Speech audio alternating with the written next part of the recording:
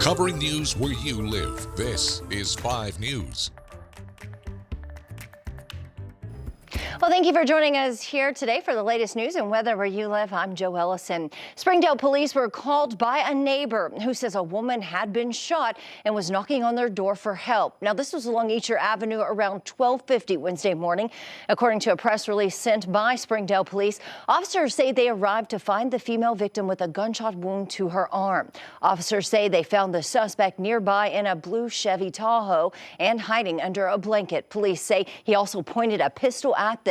The press release then goes on to say the officer fired his duty weapon at the male, striking him in the head.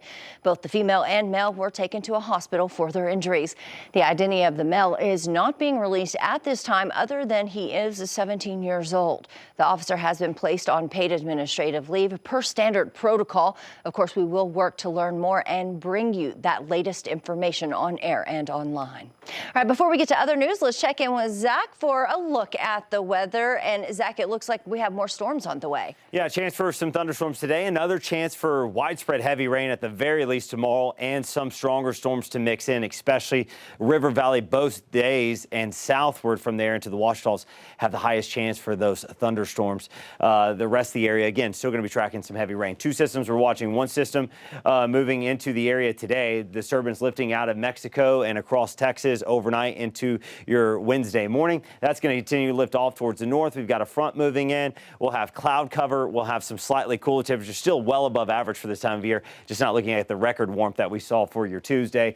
The next strongest storm system coming in, it's out in the west coast early Wednesday, and that'll be racing through, especially by the back half of Thursday, bringing another chance for some severe weather.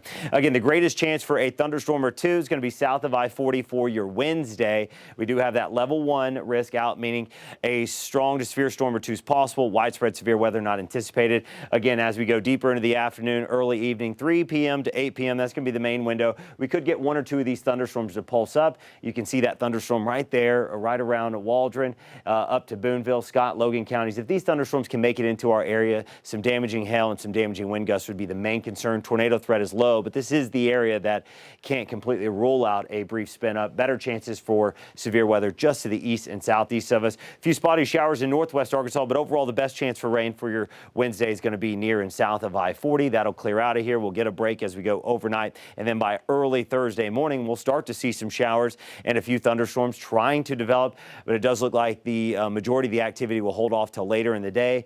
Rain chances will increase as we go through the afternoon into the evening hours. Again, our severe threats for northwest Arkansas are lower, mainly a heavy rain threat. That'll be the number one risk that we'll be watching as we go Thursday, late afternoon, evening, and overnight. The potential for some flooding rains will certainly be possible, and then also some damaging wind gusts, and the hail threat will be there. The risk for severe weather is greater the further south from I-40 you go. We're going to have to watch it. The trends are it could even shift a little bit further south, which just puts us under the rainfall threat and not so much the damaging winds, the very large hail, and the potential for tornadoes. But these storms, you can see them, they look a lot more severe. So heads up to you from Poto, LaFleur County, Sebastian, Scott, Logan. Certainly these are the areas with the best chance for severe weather as we go through the back half of your Thursday. Rainfall total wise, what are we looking at? Again, looking at a good solid 2 to 3 inches going to be possible. This is one of the newer data models just came out, but again, I still think we're talking about 2 to 3 inches across the area, with even some locally higher amounts, 2 to 4 inches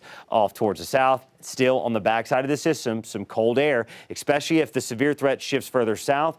That means the cold air can come back into northwest Arkansas in a brief changeover to a rain-snow mix. Still not out of the question for your Friday morning. Overall, for your Wednesday, though, we're looking at temperatures in the 60s and 70s. Joe?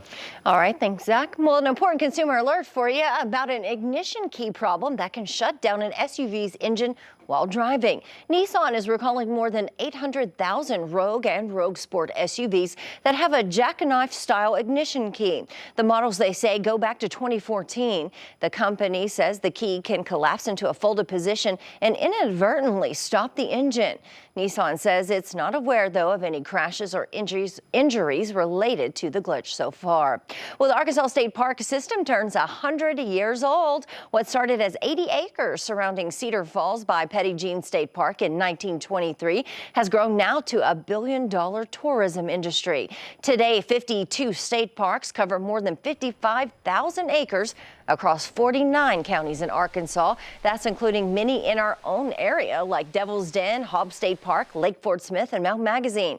Governor Sanders says she plans to start the centennial celebration this morning with an event at Petit Jean.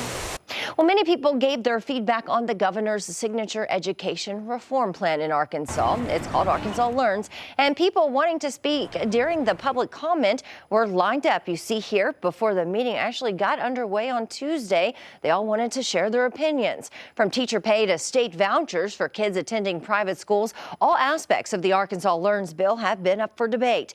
If the 144-page bill becomes law, it would be one of the largest pieces of education legislation in state history.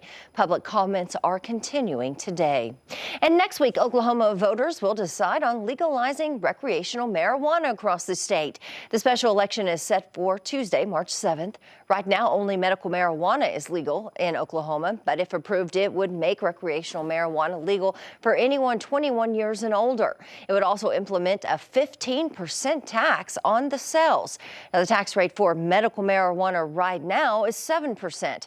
Early voting will get underway on Thursday, and Election Day is next Tuesday.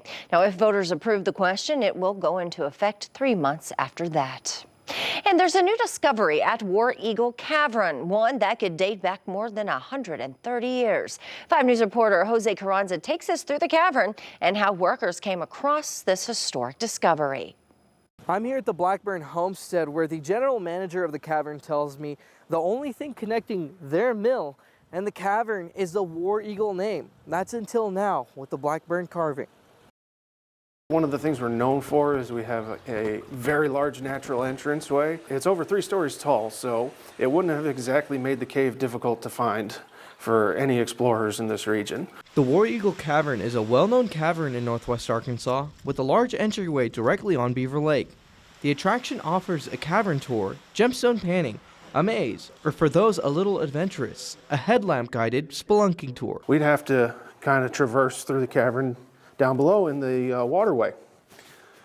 And because we were way down there, nobody ever really saw or noticed any of the features that are up high over here. But as the owners decided to expand the traditional cavern tour further in with walkways, workers came across signatures and saw a well-known War Eagle name, Blackburn.